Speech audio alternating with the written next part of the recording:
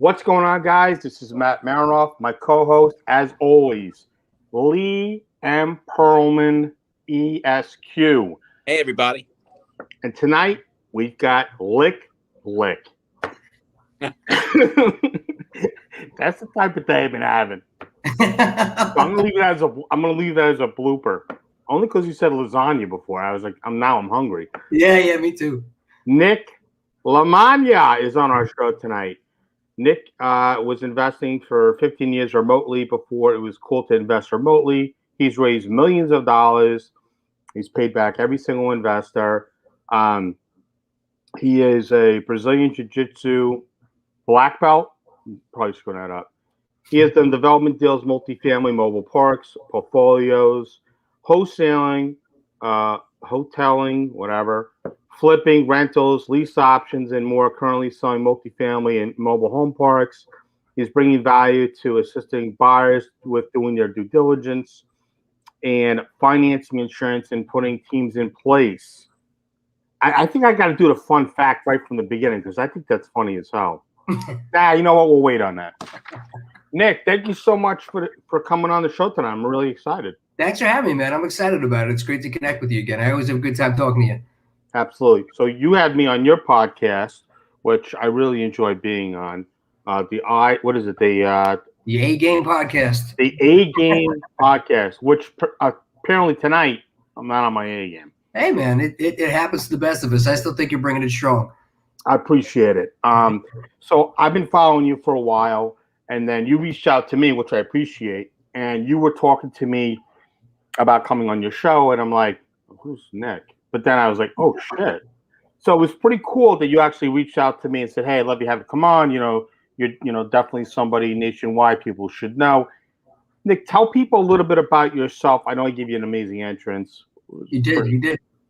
Tell people about yourself. Maybe talk a little bit about the podcast show and what value you're bringing to people.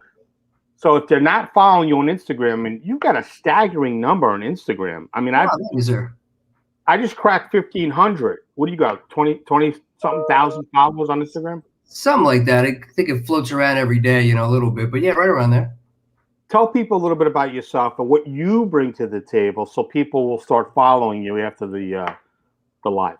Sure. So I appreciate, one of the things I've told everybody is really the coolest thing about me is the people that I know, like I know the Short Sale Savage, now I know Lee, but I have a lot of friends that have accomplished cool things. And that's really where the podcast came from, was that I would wake up every day and see other people starting a podcast. And just like anybody, I'm sure there's stuff that you want to do and you always have an excuse why you're going to start doing it tomorrow. And it was years of waking up and just being like, you know what, if I would have started 6 months ago, 12 months ago, 24 months ago, how far along would I be? And then, so, you have the old, one of my favorite quotes is the best time to plant a tree was 20 years ago. The second best time is today. So I said, you know what, I'm just going to reach out to a couple of my friends that are doing some cool stuff and see if they would come on and have a conversation with me. And I started it out wanting to be more real estate focused. And then I realized that there's so many other people that maybe real estate isn't their main thing, but they've overcome adversity to find success in athletics or music or TV or acting or comedy or business or life. And a lot of the journey to be successful is not much different than it is for my real estate investor friends that are successful. So it really is about just bringing people on who can show a story of coming from anywhere and coming to overcome adversity to have success. And I feel like that's a common theme for anybody that listens, and it helps me. I mean, I get a lot out of it because I've had some amazing guests. You've been on there. I've had actors, musicians, UFC stars, all kinds of, Kevin Harrington from Shark Tank.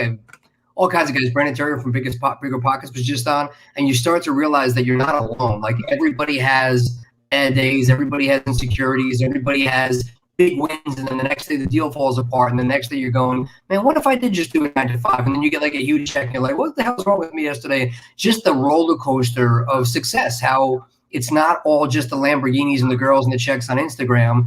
It's a roller coaster of highs and lows, and it's about toughing that out and having a good support team around you and having a good level head and very much consistent work ethic, just like it is in jiu-jitsu to get your black belt. You take your beatings to get there, and then when you get there, you go, man, it looks great to have it, but like people don't see the amount of ass kickings I took to get this and kept coming back for more and more to learn how to not have that happen. So that's really the essence of the show, is just people who are successful and hearing their journey about how they overcame all the same things that we're all dealing with to get where they are. And hopefully what it does is it gives people either reassurance or confidence that they're on the right track, gives them something to relate to, of this person's just like me, they're going through the same things, or teaches them that everybody came from somewhere, everybody's going through the struggle, and everybody has the same finish line that they can get to if they just stick with it.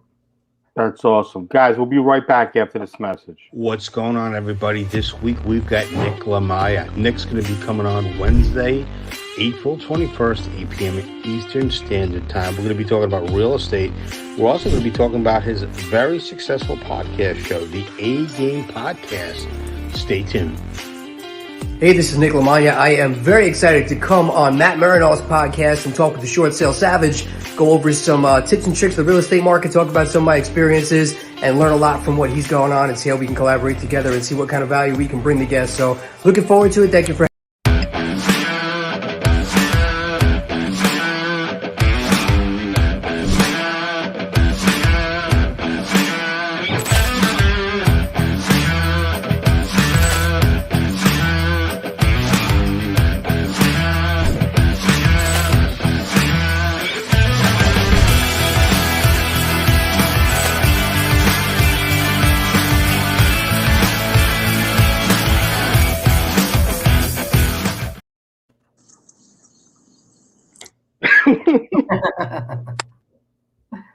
I'm my biggest hype man. I love it. So, Nick, like I said, I'm glad you're on the show tonight. And we got a couple of topics that we're going to go over.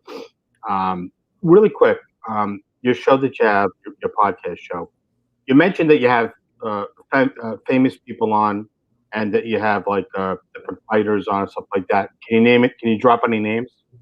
Yeah, Chris Weidman, who's going to fight this weekend. We've had Aljamain Sterling, who just won the UFC bantamweight title. Brandon Turner, the owner of Bigger Pockets, who's massive.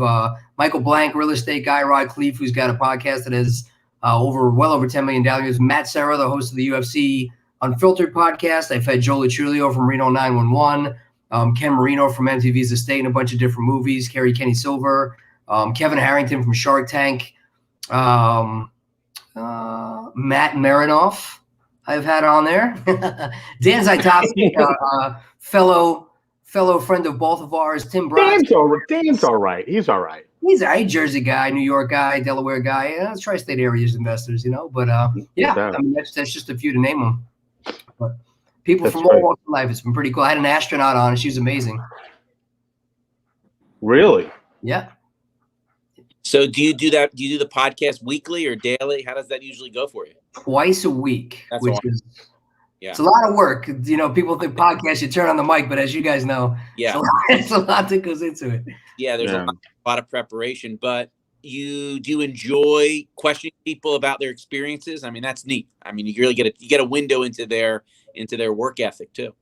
I love it, man. It's so worth it when you actually get to connect with somebody and get to know them, and it takes a natural curve, and you could tell that they're talking about something that they actually enjoy. Like I've always, even before I started doing podcasts, I remember I love talking to people that are passionate about whatever it is they're talking about. I don't care what it is. Like I know there was one of my ex-girlfriends was a graphic designer, and I would just ask her, like, what are you working on? And she was blown away that I cared to ask, but she was so excited. And then she was like, I'm boring you. I was like, no, I get excited about people who get excited about what they do. So whether it's jujitsu or short sales or real estate or whatever, you know what I mean? When you're enthusiastic and you're passionate about something, it's fun to hear people bring that out. And that's a contagious energy that you can kind of take that and bring that into whatever kind of topic of discussions you want to have that common ground. So it's always cool. Nothing bad ever comes of having those conversations. I always feel better after it. I'm always inspired after it. I always take something from it personally. Yeah, Matt and I wanted to hear you talk a little bit about on your business side, because we see that you're really spread broadly, which is so cool. I mean, you sell properties, you buy. It looks like you do some work on the commercial side. Can you talk to us a little bit about some recent deals you got into and what you're passionate about on the real estate side? Because we love to talk. So I always feel I've always liked the fact that I invested in all these different things and all these different asset classes and all these different markets, But then I'll go to these masterminds and I meet guys that are really, they're one thing and one market and one strategy. And they're always telling me to focus, focus, focus, focus, focus. So I've been attempting to do that, but because I've been just doing real estate for so long, and you just make relationships. And I've always been the guy where if it's a deal, whatever kind of deal it is, just send it to me, because I might have somebody that's interested in it. And because of that, I wind up with weird stuff all over, from single family homes to hotels to development stuff. And you just never know when you're talking to someone and they go, hey, you sent me this house. I'm into this house. I'm really looking for a hotel. And I go, holy crap, actually, somebody just sent me a hotel. What's your email? Let me hook this up again. So because of that, it's hard to turn down money. So I would say what I'm passionate about is just connecting people to put deals together. And I'm less concerned about what the deal is. Although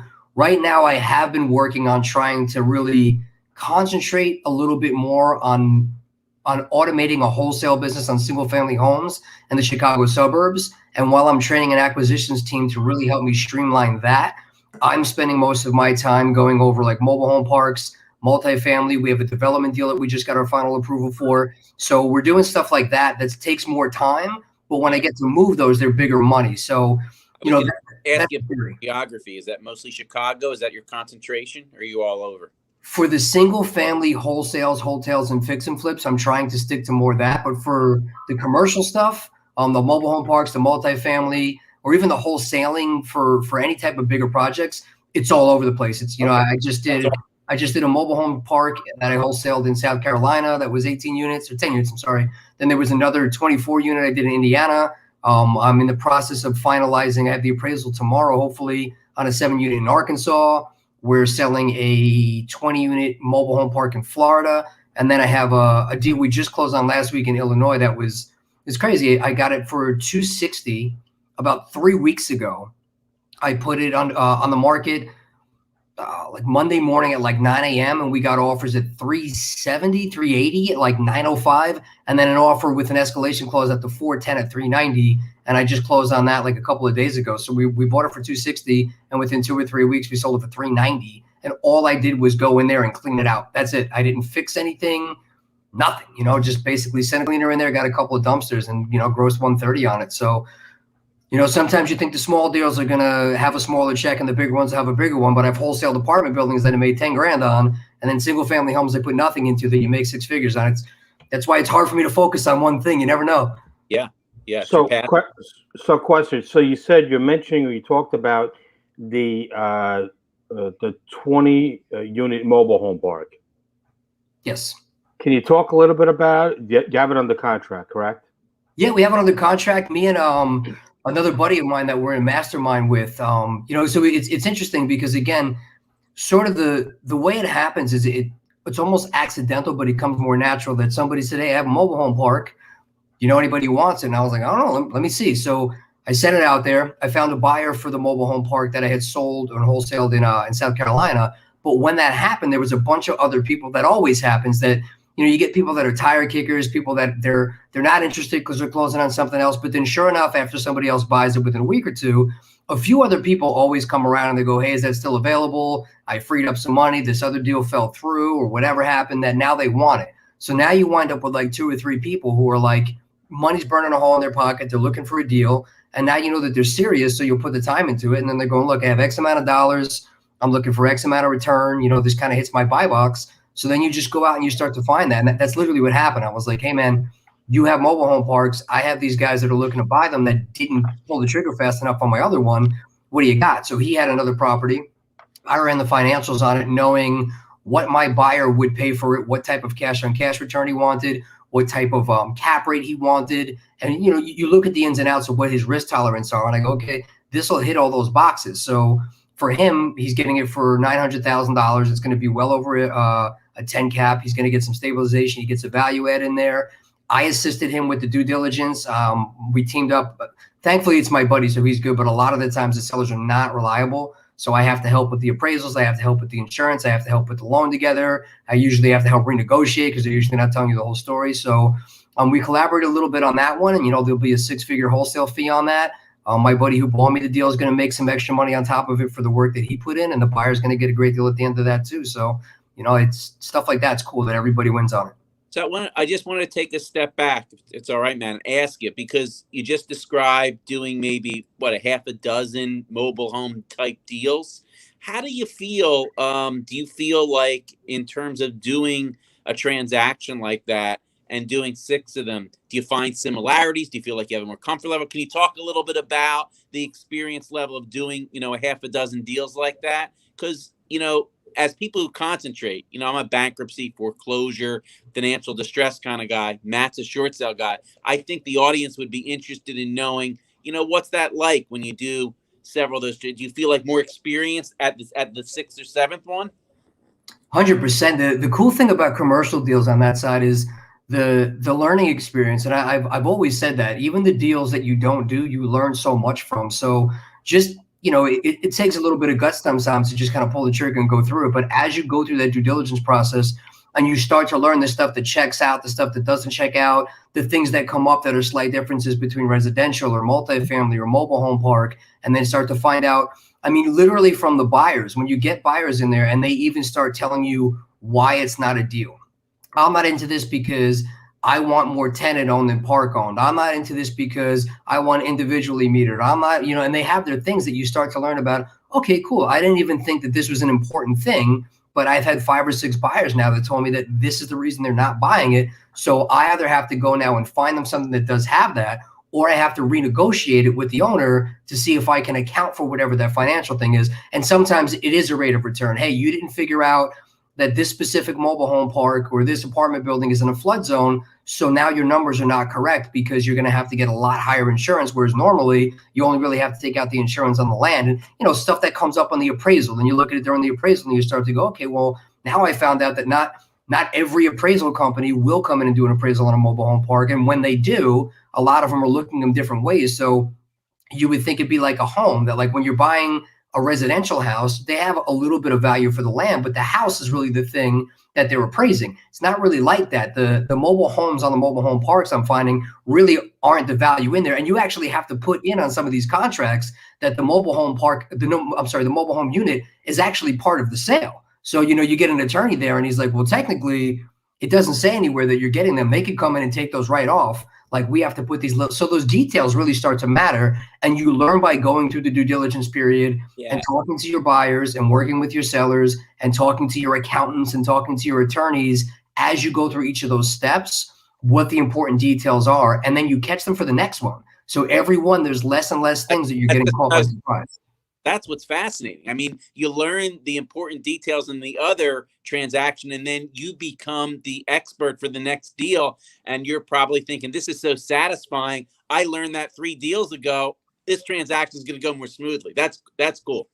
Yes, exactly. It's always a little bit easier. There's something that pop up, but like you said, your confidence goes to the roof by just doing it, by just going through and taking those. So, it gets annoying sometimes when they come back and they're going, well, this isn't checking out, or this is a problem now. And you go like, oh man, there goes the deal. And then you go, no, you know what? Like a good friend of mine who was actually on the podcast too, Billy Alvaro, who's another tri-state area stud over there, man. He was so big on what we get paid for in this business is solving people's problems. He's like, so when you wake up and you're getting all these problems with your deal all day, good. That's what you signed up for, to solve those problems. So when those things come up and it's a little bit of a kick in the gut, like, oh man, there might go my 6-figure paycheck, you go, no, you know what? I'm going to get everybody on the phone. I'm going to find a way to solve this, and I'm going to take this as a learning lesson, because at the end of the day, what people have to understand is when you're putting these deals together and you get those bad news calls that things aren't checking out or numbers aren't right or there's something you forgot to think about, not only are those learning lessons, but those are facts. And those are facts that you can use to your advantage when you go back to the seller, because now your buyer wants a discount. And you go, look, you didn't disclose this. You didn't even know about it. And sometimes they don't. But those are real numbers, and those are real facts that come in from professionals that you can use to now go back and renegotiate that deal. And, a lot of the times they're willing to, when people have those deals on the hook. Now, again, if I would have started with a lot of those things, you might not get the deal. But it's amazing sometimes, as I'm sure you guys have seen, once you have the fish on the hook and they're dangling, that they're already counting the money that they think they're going to get. They're already looking at the closing date. Now, all of a sudden, they're way more flexible to work on these things than maybe they wouldn't have been a few weeks before. And that's why I always say deals are not found, deals are created, because it's always like, it fell apart today. Now it's a better deal than ever yesterday. Then it fell apart again. Now I got to put it back together again. But when you see it through and you stick with it and you overcome those lessons along the way, you get a big old fat check at the end, and it was all worth it. I like your perspective, Nick. I do. Thanks. I appreciate that. There's a lot of people, I think, that are in this industry that feel like they can throw shit up against the wall, and if it sticks, it's a miracle. In my industry, you can't do that. So, I take it. Look, I got presented with a deal. At least Joe's going to drop. I got presented with a deal in Camden. It's 10 lots, and they're like, "What do you want to give me for it?" So it's in an area where it's up and coming.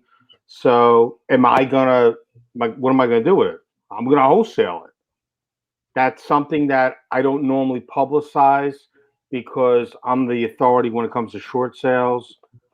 There's a lot of other things that I do behind the scenes because I'm not an authority about it. So I don't really talk about it. Notes are something that, I've been involved in them. But again, I don't talk about it. So I feel like there's so many people out there that are trying to, be the captain of the ship, or they're trying to be the master chef in the kitchen, and they're not letting the real professionals that are out there provide the true value. Now you're very well, written, obviously, and you've gotten a lot of accomplishments. I saw a video. You were running by a piece of land, and you're like, "Oh, there's my cell tower on my piece of land," and I was like, God, it's got everything. Are you with the porta potties too? No, those I don't like. I heard they're a shit show. No pun intended. So I think it's like, the aspect that I think there's a lot of people in this industry that might not have known about me for a couple of years ago, but now because I get more visibility. I'll tell you, one of the platforms I love right now is Clubhouse. I'm meeting so many amazing people. Actually, Nick, you might want to come out to this. I heard in I think July or August, they're putting this huge Clubhouse meet together. Oh, cool. And there's going to be a ton of people from all over the United States, maybe outside. I don't even know. They're planning on doing an event in Atlantic City. So that should be fun. And that's another way to promote and market yourself and get your name out there. There's a lot of people who are very stale in the industry. I'm helping my mother-in-law right now. She's trying to sell her property in North Carolina. The agent. This is that heart attack I was telling you. If it came from people, that's the way to go. True. The agent talked a really great game. You could tell he was elderly, 70s and 80s. And I said, "I'll send you my V card." What the hell's a V card? "I'll send you my information. You plop it right in your phone. You don't have to worry about it." He goes, "Son, I got a flip phone, and it's like 10 years old." He goes, "All I do is sell real estate." I said, "I gotcha." So some people don't know how to move forward, and the changings of technology, and I'm starting to learn about the bots and adding all these different things, and rebuilding my websites. There's a lot of great things that you have to learn. Me, I probably should be operating a flip phone because I have no idea what the hell I'm doing with a smartphone. So I just want to put that out there because you were dropping some serious names of people that we both know. And Lee knows these people by association because I've mentioned their name, or Lee was at an expo that we did, which was very successful, 2 years ago, and then the pandemic hit and everything else. So there's a lot of things that are out there that I think people aren't taking advantage of. And I think if you want to learn, go to social media, stay the hell away from Google. Only if you're trying to research someone, get on social media, stalk somebody, and either say, "Hey, I'll work for you for free for 6 months. I'll pick up your dry cleaning or go wash your car."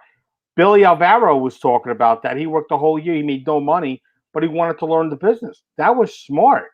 There's people out there that are like, "Hey, can I get free tickets? Can I get a free pass? Get a free entry?" No, because it took me 16 years to get where I am right now. Got my first major website coming out. I got my first book coming out. Nobody did that for me along the way. Maybe they gave me a discount code, which most of the time I didn't use because it was embarrassment, right? and then you just pay whatever it is because you want to learn. So there's a lot of people. There's a lot of people that are full of shit in this industry. That's all I want to say. Definitely. So Nick, you're pretty modest. It seems like. Why don't you tell us and the people who are tuning in tonight what kind of separates you from other investors? You talked a little bit about your philosophy, which I think is unique and important, and it seems like it's a hardworking perspective, and you're looking for challenges, which is kind of the way that Matt and I operate when we work together. One sec, Lee. We'll just go to a commercial break. We'll be right back. Yeah, cool. Hi there, I'm Lee Perlman. I'm a consumer bankruptcy attorney. I've been helping people get a financial fresh start since 1994. You can reach me at newjerseybankruptcy.com or 856-751-4224. We're back. Go ahead, Lee. What were you going to say? Yeah, I thought that Nick could talk to us a little bit about, kind of what separates him from other investors, what to talk to us a little bit about. I think people would be interested in that. Sure. So, I think one of the things that separates me a little bit is my ability to bring value to them as far as helping with that due diligence process, helping analyze the deal, helping transition. And, sometimes I get a little bitter about it because I'm like, when I was buying properties from people, all they cared about was their fee, and nobody was going to tell me the downsides of the deal. Nobody cared about following up after to see or help me. Like, it was kind of like, phone's disconnected. I got my fee. Realtor's not calling me back. And now I'm stuck with this property and realizing that, like, they knew I didn't know what I was doing and they took advantage of it. So I've been that guy for a long time, and I kind of pride myself on doing good business and ethical business. And I'd rather you have a good deal, because to me, it's about the relationship. It's not about the paycheck. Because if we have a good relationship, I'd rather get you multiple good deals, because you're going to refer other people to me that are going to want to do good business or bring good deals, and you're going to make money on one, and then eventually have to do another one, and you're going to want to come back again. And, again, I have to sleep at night. So I do my very best to do the due diligence and be very upfront about the risks and the rewards of what I see in each deal. And again, if you are not familiar with that, because a lot of the times on the commercial side, the deals are not normally in people's backyards. And that's just something that I'm used to, that they're not. So when they go like, oh, you got this property in Florida, like, I don't have a team there. I don't have a manager there. I don't have an inspector there. I don't know how to get insurance there. I don't even have a lender. How do I put that together? I go, look, no problem. Here's all the things. You can use my lender. I'll help you negotiate with them to get the best rates and terms to make it a better deal for you, and then I'll come back to you with those options. I'll go out and I'll go to the different insurance guys, and I'll make sure that it's all apples to apples, and I'll come back and I'll give you my opinion, and you pick one of these three, but here's the best three out of all of them that are out there. Here's what the numbers are. Here's what they could be. Worst case scenario, if I were you, I would do X, Y, and Z now. I would do the rest of these stuff a year from now.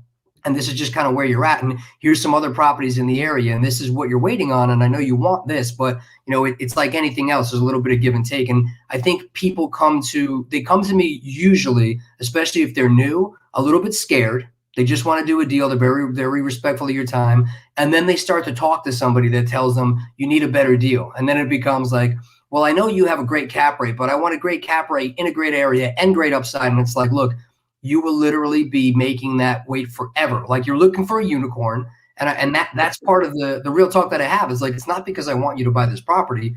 It's because you're going to keep coming up with a reason why you never have to pull the trigger on a deal, and you'll feel better about it and justifying that decision. But at the end of the day, like, here's where we are with the market. This is why this is a good, stable deal. And waiting for that home run, you're going to be sitting at the plate and the market's going to pass you by. So I feel like I do a little bit of tough love and then a lot of hand holding to make them feel comfortable when they get past that decision, and just making them feel good about that. It's not being sold on it. It's them coming to the decision based on all the information. And then I just try and make it a little bit less scary and a little bit less painless. And generally they're very happy and appreciative with that before. And I follow up with them after. And sometimes even after I sell the property, they come back to me and they'll be like, hey, I don't remember this, this, and this. And I go, look, I put all these emails together of, if any of these things happen, this is the person you call. This is what you do. This is how you fix that, or you go after that, or this is the guy you want to take care of. So, I try and really be full service and come from plugging all the holes and all the problems that could come up over the next 3, 6, 9, 12 months to give somebody a really good,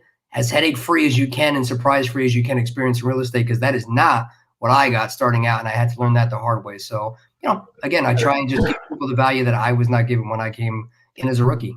I great philosophy.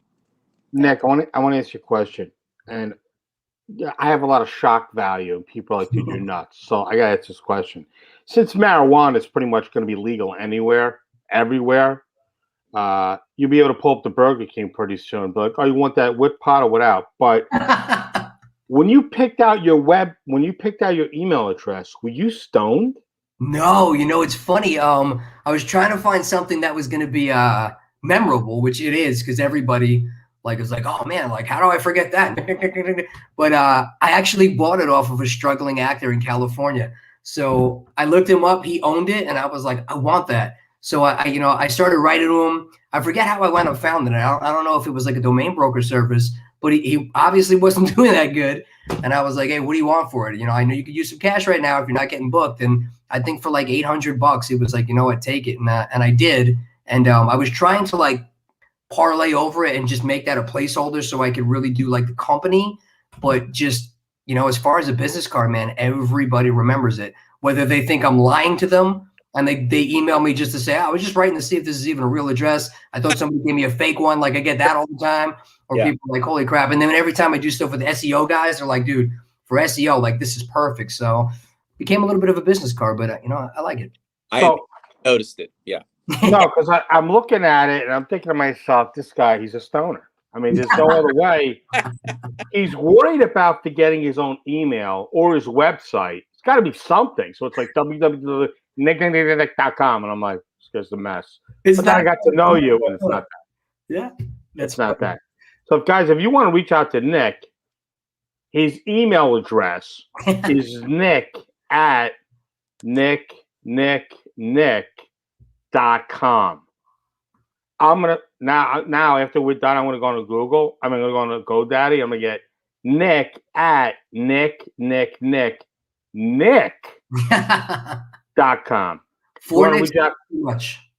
If you want to reach out to Nick directly, you could get him at 516-289-9598.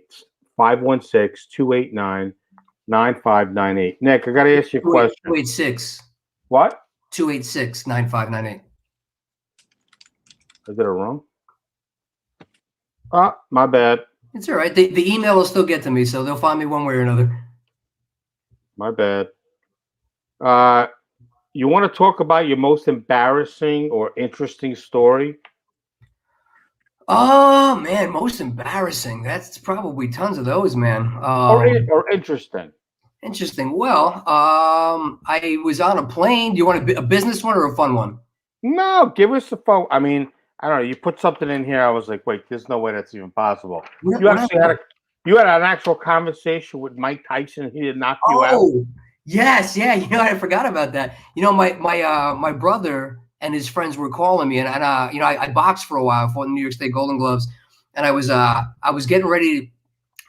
When I was boxing, I wasn't doing the thing you were saying with the weed and things like that. I was trying to behave. But my brother's friends kept calling me, and they were like, hey, we're at this barbecue. Mike Tyson's here. You should come here and talk to him about boxing. But we have another friend named Michael Jordan, and he's like a 5'5" regular skinny white kid from Long Island. So I was like, all right, so Michael Jordan's there with Mike Tyson. Like, I'm gonna show up.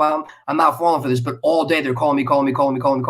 So I finally show up there, and sure enough, and it was literally just like, stop calling me. I'll be right there. And I show up, and they were like, hey, Mike, my brother's here. The boxer is here to fight you. And sure enough, turns around, and it was like right when he just got the tattoo on his face. And I was like, oh man, like it's literally Mike Tyson. And he came over, and he was like, oh, it's so nice to meet you. I don't want to fight. I'm just here to have some fun, have some fun. Like, he's totally nice guy. And I was like, oh, no. Like, obviously I'm not going to fight Mike Tyson. But so he came over, and I just didn't know what to say to them. I was kind of a little bit starstruck, and I was like, well, what do I say? What do I do? And he was like, hey, Nick, how are you? So nice. Remembered everybody's name, like was total class act. But he still had that feel of like a dog that you didn't know if it was going to bite you or you could pet it. You were kind of like, oh, like it seems like it's going to be nice, but I feel like I still don't want to make it mad just in case. So he kind of had that feel to him. So for some reason, the thing that just kind of flew out of my mouth, I was like, I play Mike Tyson's Punch Out a lot. And he was like,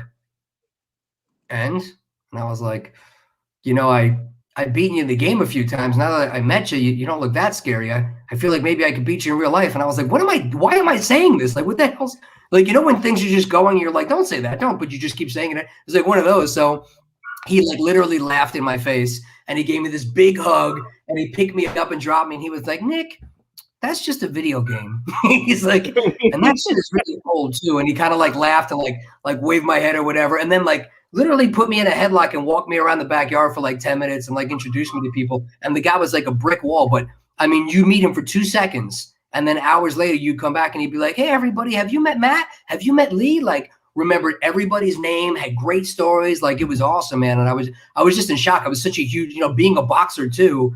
I've just been like, he's so good and like such a character. And at that point, he was such a loose cannon all over. But man, it was such a great experience to be able to actually like hang out at a backyard barbecue with just a couple of dudes and Mike Tyson. It was like, how did I get here? How did this happen? When he came in for the hug, were you worried he was going to try to bite your ear off? I think I was a little bit like paralyzed. I didn't really know kind of what to do. But I knew the reality was if he wanted to do something, there was nothing I was going to be able to do to stop him anyway. You know what I mean? It's like kind of whatever's going to happen now is going to happen. No matter how much I try and fight it or run away, like he's close enough now that he's either going to turn me into a tin can or he's going to laugh or I'm going to go for a swim in the pond. It's, hopefully, I figured it'd be if I get my jaw broken, I get to tell everybody like, and they'd be like, oh my God, no way.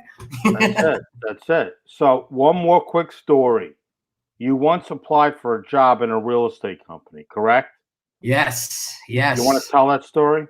Yeah, man. So you got to swing the bat sometimes. I remember when at one point when I was living in New York City and I was struggling still to kind of get things going with the investment side, I was like, you know what? Maybe I'll get my real estate license in New York City because I've seen $1 million. Same thing everybody thinks. I'll just go sell real estate in New York City and I'll make millions of dollars. No, it's the biggest rat race ever. But so, I got tired. You can't sell a house, you can't buy a house, remodel it, and sell it in 30 minutes? No. You could do that. You could do that for sure. You see $1 million listing, right? Okay. You get your license. Somebody says, hey, I want to sell this $100 million skyscraper. Will you list it for me? And you go, sure, no problem. It's your first deal. That's how it happens. So, so I was dealing with that. And then, I was getting people calling me saying like, hey, you know what? I'm looking for a really nice place and money is no object. I want a top floor with a doorman and a gym and next to a Subway. And we're willing to pay like $1,500 a month for it because our little girl's going to college. And it was like calls like that every day. It was like, oh my God, like you're going to have to pay like 25 grand for that. So I started realizing like, there's no difference really for putting up an ad on Craigslist and getting somebody to call you for a $2,000 studio or a $20,000 a month, 1 bedroom. Like it's New York City. There's people for all of it. So I started just doing that. I was like, well, really, what's the difference? It's the same amount for a Craigslist ad, no matter what. I'm spending the same amount of time showing the same apartment. So I had a couple of appointments that month, and I rented out like a couple of apartments that were like $25,000, $26,000, $27,000 a month apartments. That was just like a couple of guys that were looking to impress their girlfriends and were willing to spend whatever it took to get it. It was kind of crazy. But then I was like, you know what, this is nuts. And I was looking through just some of the other real estate opportunities, and this guy was like, hey, I have this brokerage on Lexington Avenue. I'm looking for a vice president to take over the brokerage. So I applied for it. And I had no background, no business credentials. I was by far not qualified for this at all. It was like, like you said, throwing something against the wall. It was basically for shits and giggles to amuse myself. But the guy called because he was so intrigued because he was like, I read your application and I looked at your resume. I don't understand why you applied for this job. And I just needed to call you and ask you because I couldn't believe you had the balls to actually apply for this position with no qualifications for it. And he's like, and I kind of respect it. So I wanted to get you on the phone. And we had a great call. And I wound up going over there for a few months. I was like the investment guy over there, helping him work with some out of state, out of the country investors that were looking for stuff like in upstate New York and Buffalo. And it wound up being like a great launching pad. And I kind of got to do my own thing over there. So, you never know. You never know what it is. But he appreciated my, me kind of throwing it out there and my risk approach to stuff. And I talked to him a little bit about what I was doing on the investment side, and he thought I would have been a good fit. So it wound up working out. I didn't become the VP, but it was still cool. Yeah, that's funny. So I guess that's why you call your podcast the A Game. The A Game came from just being reliable. All the people I've spoken to, no matter what they are, if they want to become a rock star or a millionaire real estate investor or, a UFC champion, it all comes from the consistent bringing your best to everything you do, no matter how trivial you think it is. And whether it's cleaning toilets or selling stocks or selling real estate or just editing a podcast, bringing your best to it, other A players are going to recognize that in you and say, like, this person is somebody that always brings their best. They're always reliable. They're always going the extra mile. And maybe now somebody, since, it's like Goodwill Hunting, maybe you were the maintenance guy, but all of a sudden you realize now all this hidden potential, and they start to bring you up the ranks, and you start to rise to the top. And, I know Brandon Turner from Bigger Pockets always says, rock stars know rock stars. And if you continue to bring your A game to anything you're doing, other A players are going to notice that about you, and they're going to bring you into the next thing. But you'll never get that next opportunity if you don't kick the ass of the opportunity you have in front of you. Well, let me ask you a question. I don't know if this is true or not, but I heard they're going to legalize prostitution in New York City. I don't know. Allegedly, I heard that. I don't know. So you're saying if real estate doesn't pan out, that could be my side gig? No, I'm not. Hold on. Think about it. Take an 18-wheeler, convert it. The first section is a topless shoe shine stand. The next section in the 18-wheeler is, call it Pot Central. And then the third one is a hoagie shop. I was going to say there's got to be food towards the end of that. You're literally getting all three on an 18-wheeler. Yeah. All of America's favorite pastime, man. You have a catch with a guy at the end, play a little baseball, and it's the American dream right there. See, it's not really like prostitution, but there's nothing wrong with getting your shoe shined, is my opinion. My father would be very proud of me because that was actually his idea. He goes, I don't understand why they don't have topless shoe shine stands. Because he used to work in New York City. He used to work for New York Life. And sometimes, you hit the curb, you scuff your shoe, whatever. He goes, if you're really nice, he goes, I don't mind. I don't put anybody out of business to get the shoe shine stands. But for me, it would be nice if they had a topless shoe shine stand. So I figure, listen, if they're going to make that legalized, you can't tell me I'm not going to get investors that are going to invest in one 18-wheeler at, used 18-wheeler, $100,000 a pop. You can't tell me you're not going to make money off of that. I feel like Barstool Sports is going to steal this idea from you. Who, David? Yeah. David, I'm coming for you, Dave. He'd probably invest in it. Yeah, he would for sure. That's what I was thinking. Like, that guy will write you a check. Do you know Dave? I don't know. Yeah, he seems like a fun guy. I always watch his stuff when it pops up on social media. Guys, our guest tonight, Nick Lamagna from the A Game podcast show. You can reach out to Nick. His email's a tough one, guys. It's Nick at nick.com, and you can reach him directly. Does this have text capability as well? Yeah. But if they go on nick.com/links, it'll have like every way you can get in touch with me. Okay, so links, whatever. Or you can reach out to the 516-286-9598. 516-286-9598. Nick, I really appreciate you taking the time coming on the show tonight. Lee, what's your final thought? I really loved Nick's philosophy in business. I think we learned a lot about how he gets deals done, and I think we can use some of that knowledge in everybody's transactions. Thanks. I really appreciate you guys having me on. It was a blast talking to both of you. It was great getting to know you. And like Matt, I love watching what you're doing. I see you're blowing up and everything. I see on Clubhouse, I see on YouTube, I see on StreamYard. So you're taking over, man. I love it. I appreciate it. Nick, at the end of every show, I'm asking the guests if they could do the famous finger point. Let me see if you got it. Trying to find out where. Can you see it? Camera. There you go. All right, I'm going to give you a 7.5 for effort. Now, let's see if Lee's got it, because usually he's like, Oh, he nailed it. He nailed it. Right. It's more like he's trying to shoot me. I don't like that. Guys, hold on one sec.